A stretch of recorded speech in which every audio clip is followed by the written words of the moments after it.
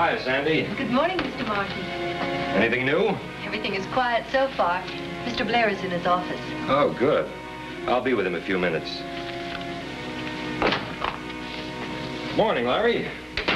Well, the late Bradley Martin. Did you have a nice long sleep? You better be kidding, chum. I just cleaned up that Crenshaw matter. You wrapped that already? Yeah, real quickie.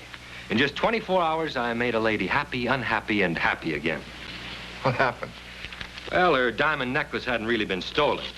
Just mislaid. I found it. That made Mrs. Crenshaw very happy. No doubt. Then I discovered that it wasn't worth $50,000 at all. Just an excellent imitation. And that made her very unhappy.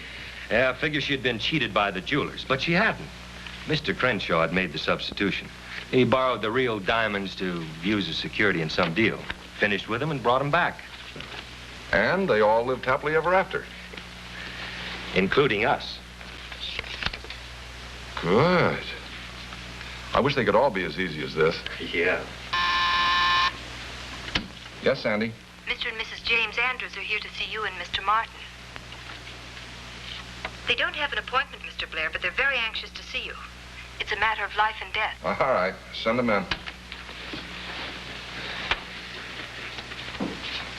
Why does it always have to be a matter of life and death? Come in. Mr. Blair? I'm Bradley Martin. This is my partner, Larry Blair. How are you? How do you do? Won't you sit down?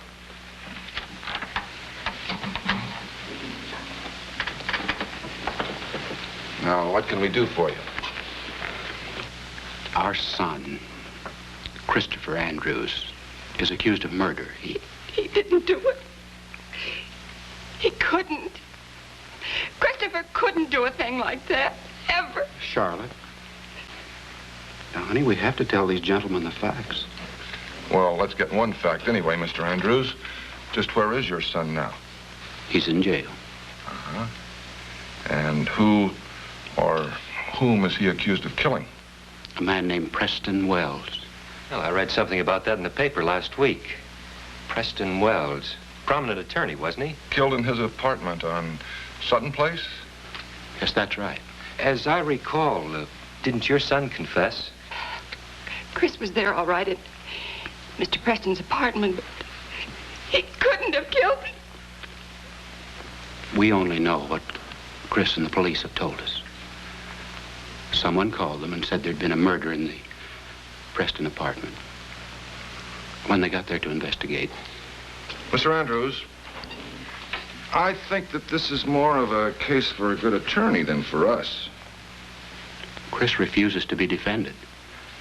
Was there any relationship between your son and Mr. Wells? Yes, Chris was going to marry Preston's sister, Diana. I know my son, Mr. Martin. He couldn't have done a thing like this. He wouldn't. He just confessed because he's afraid of something. Or somebody. Now, suppose we did take this case and we found your son guilty. You won't, Mr. Blair. Not if you find the truth. I don't care if my parents did hire you. They're just thinking what they want to think. I killed him. Can't you understand that? I signed a confession. We know. But we've got a job to do and we have to ask you some questions. All right. Go ahead. Now, let's say that you did kill Preston Wells. Why? We had an argument. About what? What difference does it make? What time did you kill him? I don't know. About 9:30. You phoned the police? You didn't phone until 10 o'clock. Why'd you wait so long? How do I know? Chris, you love Diana Wells. Look, don't drag Diana into this. Shouldn't have a thing to do with it. Can't you understand that? All right, Chris. We'll see you later. Oh, forget it. We don't get paid to forget.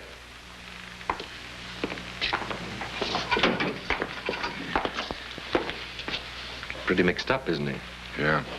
Except when he's trying to keep us away from that girl. Yeah, pretty firm about that. Mm-hmm. Listen, as long as we're here, we might as well check homicide. Okay, and I'll run over to the newspaper morgue and make a check. All right.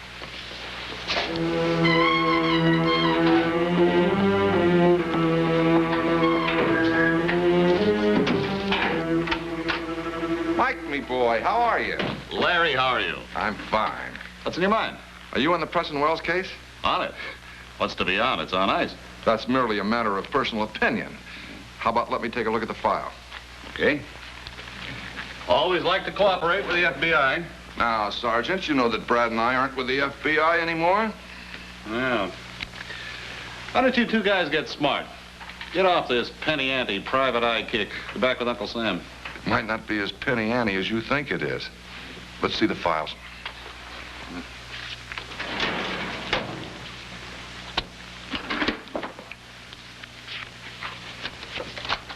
9:50 p.m. Phone call reporting murder in Wells' apartment. 10 o'clock, officers arrive at apartment. Christopher Andrews, alone with victim, still holding gun, confesses immediately. Panicked. Only 2 sets of prints on the gun. Those of Wells, those of the boys. It was Wells' gun. The murderer could have worn gloves, you know. Yeah, well, how about a motive? Listen. Victim's sister, Diana Wells, arrives at scene before detectives leave. Questioned, admits Preston Wells had refused permission for Andrews to marry her. Purely circumstantial evidence, that's all. Well, that's enough. You know, like they say in those detective movies, it's an open and shut case. Well, they got in there in a time element. Here it is, coroner. Coroner reports victim has been dead approximately 2 hours. 2 hours? Well, that ought to do it, Sergeant. Thank you. That ought to do it, Mr. Blair. Why that look on your face? Nothing. Well, there's nothing in the papers his folks didn't tell us. What about homicide?